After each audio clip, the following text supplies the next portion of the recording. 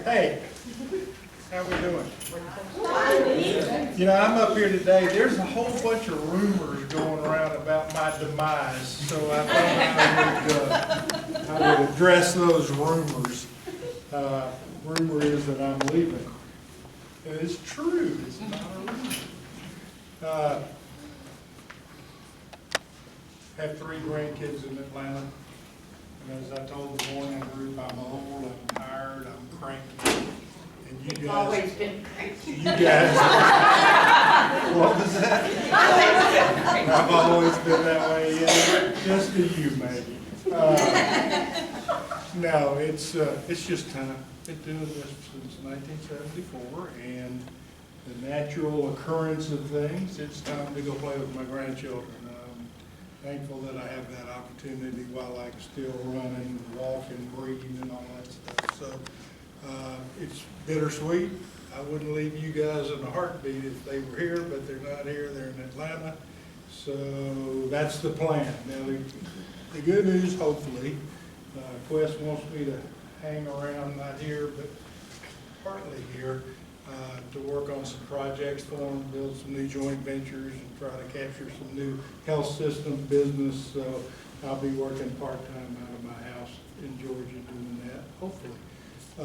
So we want to welcome the new guy today, but before we do that, I need to give you an update on a couple of things from a town hall perspective. So let me do that. First and foremost, let me bring Kim up. She's got better news than the new or old CEO or the financial report, okay? Listen to Kim. Just a moment of celebration for you guys. I want you guys to put this in perspective with me, okay? Yesterday I sat in on a Operations Excellence call where they went through the Hoshians for 2017, and they also went through celebrations and things from 2016. So one of the things they covered was the Tier 1 quality metrics, which we're all part of, as you guys are aware, from logistics to customer service to processing to everything.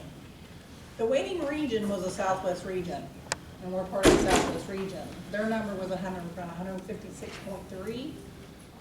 Where do you guys think DLO was? 180. 200. Close, 173.1.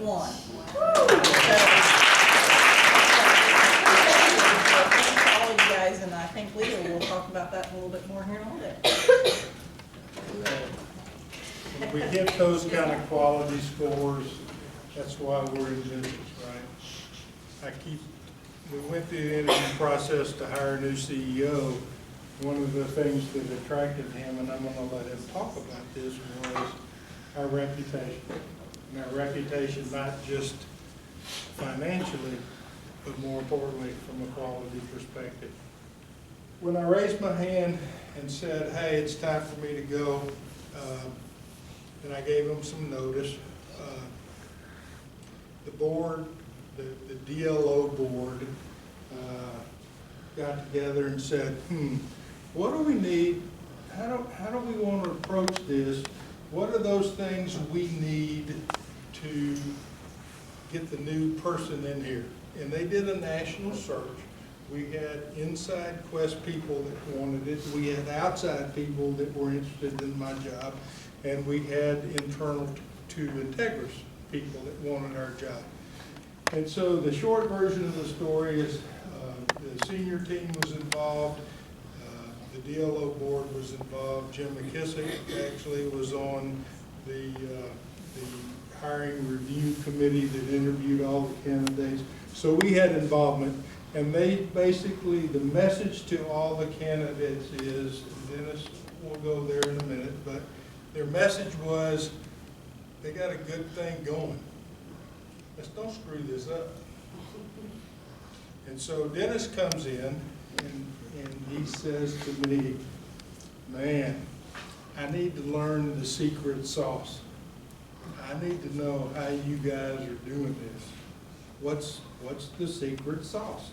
And I like Dennis a lot because he talks weird like me, right? He's talking about, the other day we were talking, he said, well, let me get the hairy moose on the table.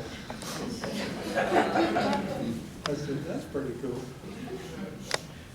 But I told him, the answer I gave him was, the secret sauce is, it's not me. The secret sauce is that we all do this together. We're all in this together. We treat people the way we want to be treated, and we got each other's back. That's the secret sauce. So anyway, they interviewed all these people. They brought it down to 2 final candidates. The 2 candidates got on their horse and went to New Jersey. They were interviewed by the masses in New Jersey. At the end of the day, the person that was most fitting for DLO is Dennis Hogle. Dennis Hogle's 30 years with Quest. He's had a very distinguished and diverse career. So rather than me talk about Dennis Hogle, I would like to introduce you to Dennis Hogle.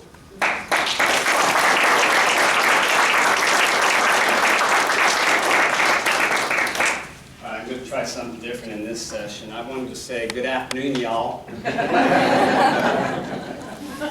I was told early on that I have to add that to my vocabulary to be successful here, so I'm working on it, and I'll try to continue to work on that.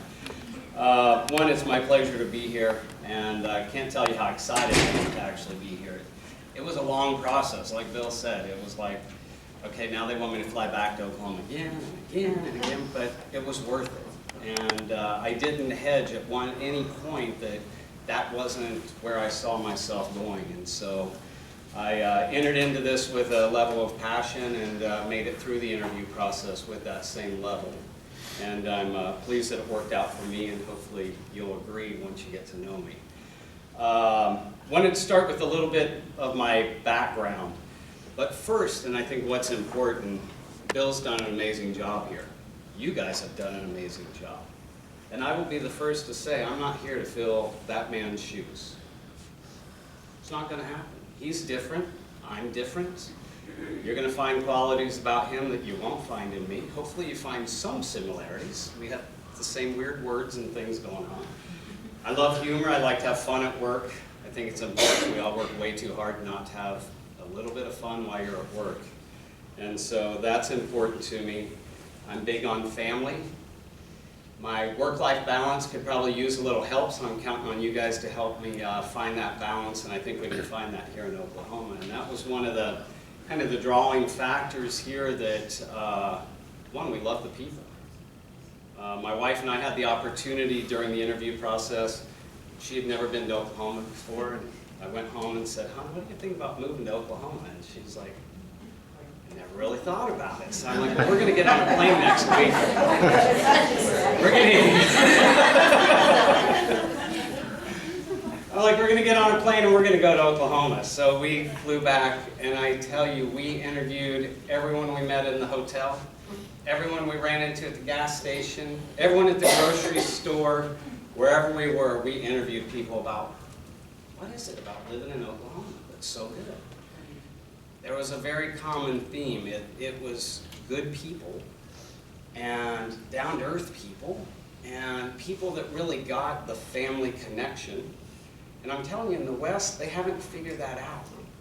It's about who can run the fastest, you know, running over people as you're going, and we were done with that. And so we are both professionally and both together personally excited to be here. But as I was going back on the Bill thing, can't fill his shoes, don't intend to fill his shoes. I hope, you know, my shoes will be just a little bit different. But what I'm going to need your help in is filling the gaps.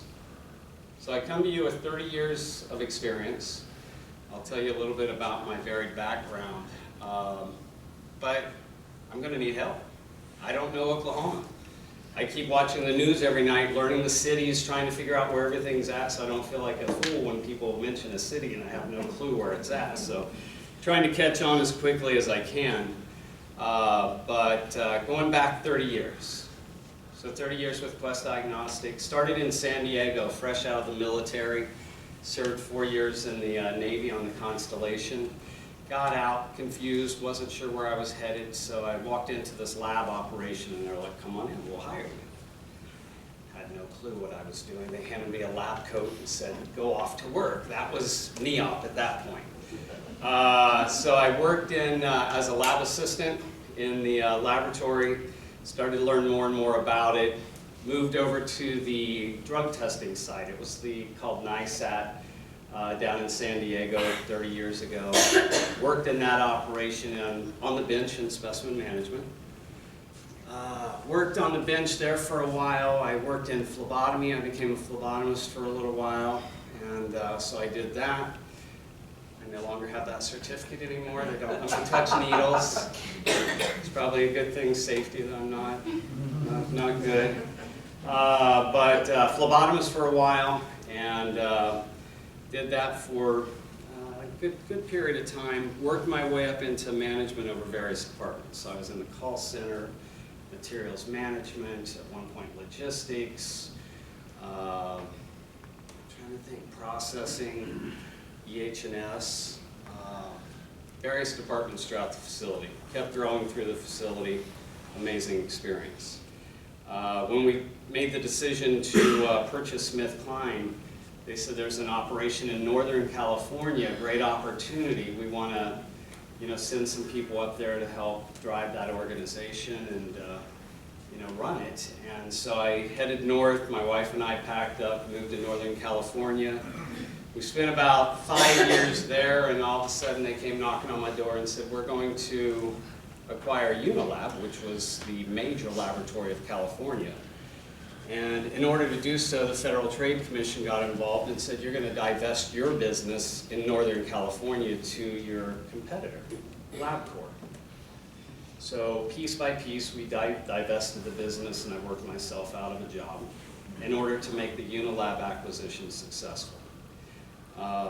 Painful process and yet rewarding process, because what I learned in that process was it was the people and the individuals in that facility. Even though they knew what was going to happen at the end of the rainbow, they stood by me the entire time. An amazing leadership team on every level of the organization. So I wouldn't have traded that, for the world. I wouldn't want to do it again. But those individuals, getting the chance to work with those individuals, amazing experience. Worked myself out of a job. They called and said, we'd like you to come to Southern California. So I ran the Van Nuys San Diego operations. And every now and then I had to wake up and say, this is kind of odd. I used to work on the bench in specimen management. Now I'm running the entire operation. And so it's been that kind of growth opportunity. So I'm probably the worst person in the world to come to and say, we don't have a lot of opportunities in this company. Because I think the opportunities are endless myself. Requires a lot of work. You've got to apply yourself, and the company applies itself. So it's been a good match from that standpoint. Worked in Southern California over Van Nuys San Diego. We decided to combine finally the Unilab and Quest organizations together. And when we did so, we brought Tarzana, Van Nuys, and San Diego into what we call West Hills now, out in Southern California, and worked myself out of a job again. There's a trend here, and I want it to stop real quick. Worked myself out of a job, and so they said, you know what, we need someone to run the field. We had about 2,500 phlebotomists, 500 PSCs, and run the field. So I took the opportunity and ran the field for a few years, got that running really well, and they said, now we need you to go to Las Vegas.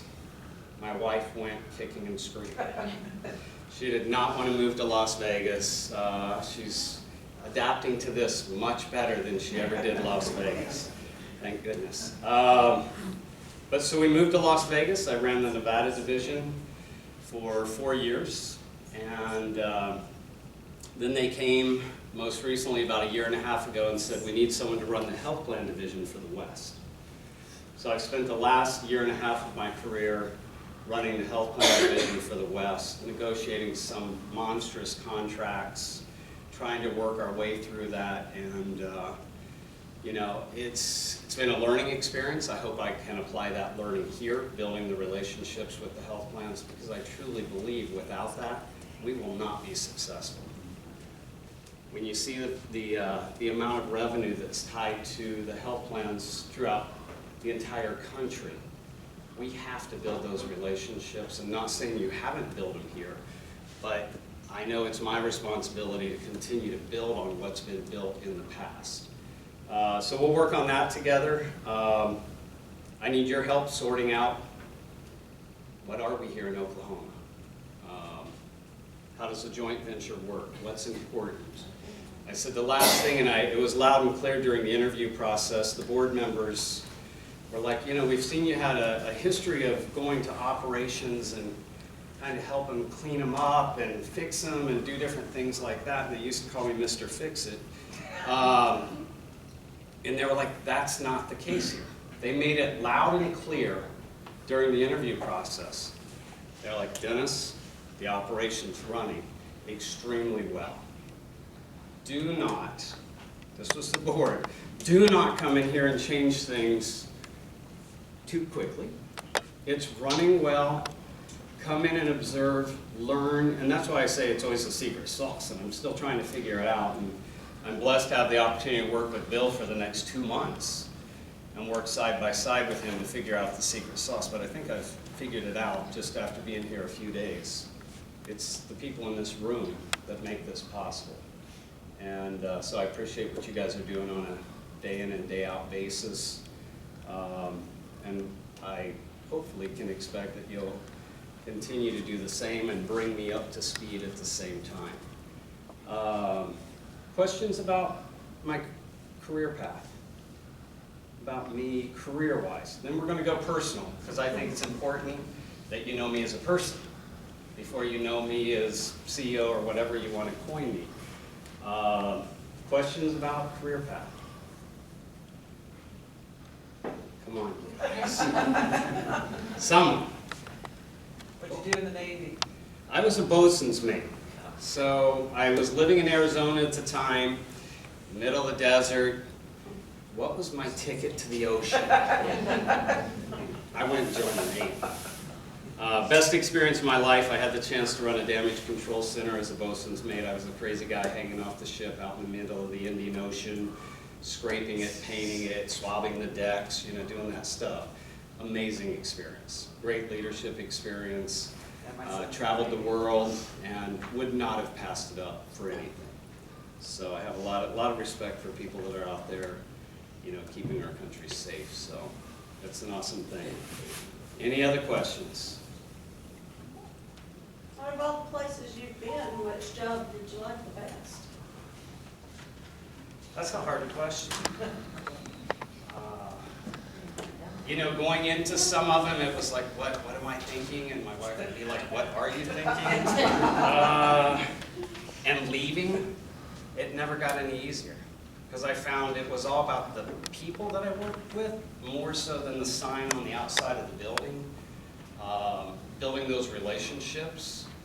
And so I don't know, I think I've learned from each and every job, from the people that I've had the chance to work with. And honestly, I couldn't answer that. There were aspects of certain jobs that I probably liked more than others, but the overall experience, it's been a journey. And each part of the journey has been critical, you know, to me personally and professionally. Good question. Moving to Vegas was probably the toughest thing we ever did, because my wife and I are partners, and the partnership was not quite there when we first made that decision. I got her there. And we've been successfully married 30 years. So we just celebrated our 30-year anniversary. We've got 2 amazing, beautiful daughters, Chelsea and Brooke. My wife's name's Kathy, by the way, with a C. Chelsea and Brooke. Chelsea's our 26-year-old, our world traveler. She's been all over the world. She, out of high school, threw on a backpack and said, Mom, Dad, I'm going to France and Germany for a couple months. That was tough. That was tough as a dad. But she traveled the world, spent the last 2.5 years in China teaching, came back to the States and said, Mom, Dad, I'm getting married. So she was married in August. So she keeps us on our toes. And God bless you if you're a dad out there and you have daughters and they haven't gotten married yet. That was quite the experience. So, but amazing husband. We're happy to have a son in the family, and couldn't be happier. Our youngest, Brooke, is 24. She's just finishing up college. She keeps us on our toes as well. Can't figure out what she's doing from one day to the next. And on the phone with her last night, she was planning to move here with us. Last night she informed me, Dad, I got a gig in San Diego, a job. I'm moving out on Saturday. So our family is kind of used to this transitional stuff, and it keeps us going, but they definitely keep us on our toes. Going back, so that's Kathy, Chelsea, and Brooke. Going back, kind of my roots, I was born and raised in Ohio. Born in Columbus, spent my first few years in the city, and then my parents got the idea to buy a dairy farm. So we moved down to Somerset, Ohio, little town square, you know, and a very small place. It was awesome growing up as a kid. Hard life, but good life all at the same time. So got taught a lot of values about what it meant to work hard in that environment as a kid. 15 left, went to Arizona, spent a few years in Arizona, joined the Navy. 2 years later in the military is where I met Kathy, we got married, and then so on and so on from there. So things that are important to me, like I said, it's really family. I wouldn't be where I am today without my family supporting me through the process. I've taken them all over the place, and they've always supported the transition, so can't thank them enough for that. Trying to think, Bill, what else did I... You need to tell us the Jamie story. Oh, so I need your guys' help, okay? Need your help. Jamie really almost messed this up for me. I was going to be divorced before I got here.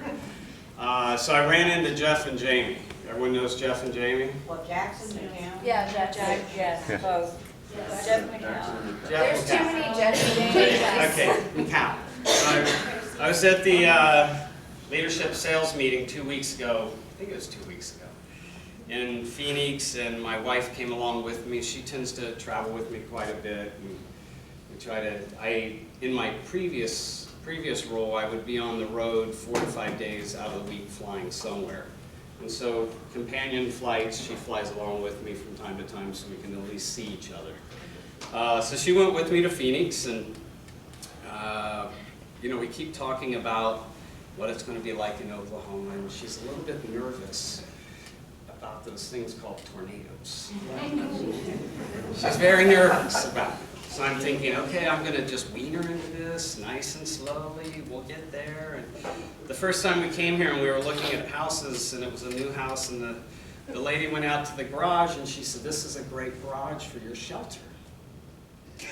We're like, "Shelter? What? What is that?" She said, "Yeah, the company will come in and they're going to saw cut your floor, dig down, put a metal door on it." And we're like, "What?" She's like, "You'll get it. You'll get it. We'll fill you in later once you buy the house." But anyhow, so my wife is already freaking out about that. She's like, "I'm not going to get in that hole." And so the story gets better. So I ran into Jeff and Jamie, met them the night before. We had dinner together, and then the next night, Kathy and I had gone out to dinner, and we're coming back into the hotel, and here's Jeff and Jamie sitting down. They had their laptops open, and they were working. The rest of us, we were at the bar and the restaurant and stuff, having fun, and these DLO people were working. And I was like, first of all, I was really impressed. Or I thought they were staging it because they knew but so I introduced my wife, and all of a sudden, Jamie. I love Jamie. Jamie's like, asked Kathy, so what are you most worried about moving to Oklahoma? And I can't do it justice. And my wife, in a very California voice, probably said tornadoes. And she's like, "Oh, don't worry." She said, "Tornadoes, they're beautiful." And we're both kind of looking at her like, she said, "No, I'm serious." She said, "When the tornado's coming, go out on your front porch and you watch it." And she said, "The sky is sky's beautiful. And we're like, okay, where are we going with this? And she said, but when it starts coming towards you, you run like heck and get down in your hoe. I thought it couldn't get any worse. My wife's going to divorce me. It's all over with. She's not coming with me to Oklahoma after this. She was traumatized. So then it gets even better. But James was like, well, wait, just... And the last time I got down in the hole, there was an earthquake.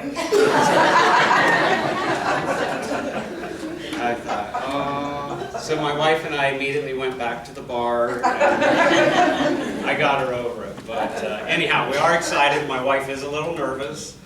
She said, whatever you do, if there's an earthquake, you better get your butt home real fast and not leave me in the hole by myself. So you guys have to help me. If you have any inkling that there's a tornado coming, say, Dennis, get out of here. Go, run fast.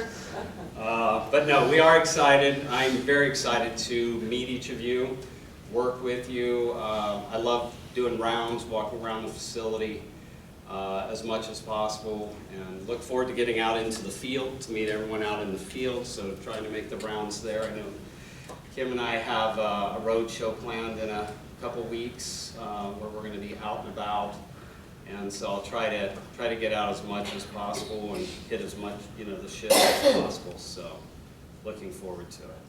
Definitely need your help though. So I'm going to open it up real quick. Any questions about my personal life? There's much more that you'll find out over the next 13 years, so don't want to give you all the secrets all at once. Same lines of the weather. Have you picked a favorite meteorologist yet? Which one's the best I would one? say Mike Morgan. I say Mike Aaron Morgan. Tucker. Is he the best? Yeah. I like it. I like Mike. So that's my name. And it's got an app on your phone and it'll ring you when there's a tornado. Well, the funny story is the other day also we're out looking at houses, and I'm in the back of my mind I'm thinking, how, if you're in your car driving around and you don't have your radio on, how do you know there's a tornado? You'll know. Cell phone. I didn't know we had sirens here, so hey, speak of the devil, there's Jamie. What story are you telling? Jamie. Jamie. Jamie, I just told the story about you Your go out on your Bible. front porch and then you run and get into the hole real quick. Yeah, she's going to pay for my divorce attorney. Anyhow, you'll have to clue me in as to who I should be watching. Just watch all Good guess. 3 channels. But the horn, so we were driving around the other day looking at houses, and I looked up and on top of this pole was a horn, and I was like, what is that? All of a sudden, put 2 and 2 together. And then Danielle shares with me this morning, she's like, you haven't been here a week during the weekend, have you? And I said, no, I've only been here during the week and fly out normally Friday night. She said, well, every Saturday. You guys got We it. don't know why. I would have freaked out. I would have been running in the hole. Every Saturday I would have been running.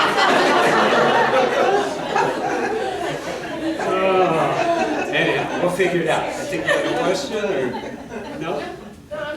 Any other questions? What do you like to do for fun? Well, you'll see in a couple weeks there's going to be this vehicle that's going to pull up in the front parking lot. I own a bright orange Jeep Wrangler. Hey, you're off to a good start. I love to off-road. I love to hike. We love the outdoors, and so we're looking forward to getting out and experiencing Oklahoma. But we are definitely outdoor kind of people. I'm a tent camper. My wife doesn't quite like that much, but she does it for me. And so we enjoy the outdoors. We enjoy church. We get involved. We like to do a lot of volunteer work. And so she and I normally find a couple different organizations to really connect with. And then we look forward to learning from you guys what we can do here.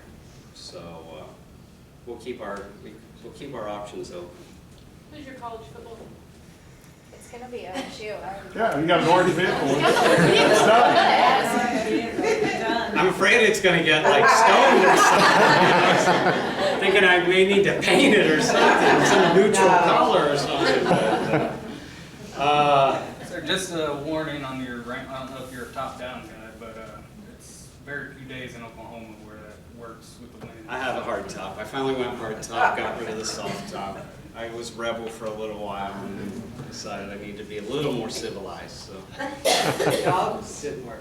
Okay, that's a good question. I have a Wheaten Terrier, that's my dog. My wife has her favorite thing, her Yorkie, which I know gets treated better than I do. She just got a cat for some weird reason, because I'm not a cat person normally, but cat's kind of fitting in. And we have a huge desert tortoise that will be coming with us to Oklahoma, so we like pets. We like pets. We need a pet sitter, so if anyone knows a good pet sitter, we're gonna need one. Any other questions? You guys will have plenty of time to go through, meet each other, learn each other, and you'll have plenty of time to ask questions. I would welcome you. One-on-one conversations I love group conversations, the door's always open. Not that I'll always be inside of the door, but when I am here. Yeah. When I am here, if there's something going on, something that we need to discuss, the door's always open. So look forward to meeting with you and talking with you. All right. Okay, a couple of things, what his schedule's gonna be for the next month and a half. I'm not telling you goodbye till the last week of March, so I'll have some more time with you, that's my And the other thing that's important, Bill is here, and Bill is the CEO, and Bill makes all the final decisions until April 1st. So I'm learning from Bill, I'm CEO in training, and like I said, it's a real privilege to be able to have the 2 months together to go through this process. But anyhow, so Bill is still running the organization. Yeah. We spent a couple of days last week with the senior team off-site working on a strategic plan, so we were able to kind of level set the good and the bad of DLO with all the senior leaders in the room and with Dennis, and we had a facilitator. So you will be seeing and hearing about our strategic plan. It's not a secret. We will open it to everybody. It's where we take this secret sauce next over the next 3 to 5 years. And so you're going to be excited about some of the things. We have him scheduled almost, well, daily for sure. He's still wearing 2 hats. He's running his job on the West Coast. We're trying to work around, and he's trying to work around, and we're making it work. But he's got time scheduled with each of the senior team members, so he will come to your world with that senior team member in an organized fashion to learn and to hear from you guys what works and what doesn't work. And don't be bashful, and I've told him you've never been bashful in your life, so that's a good thing. So we have a plan. We will get him up to speed as often as quick as we can, and it's going to be good. So I'm going to shut up, and I'm going to leave Dennis right here. Come up and introduce yourself. He won't remember all of you, but welcome him to Oklahoma, and tell him your best Jamie story.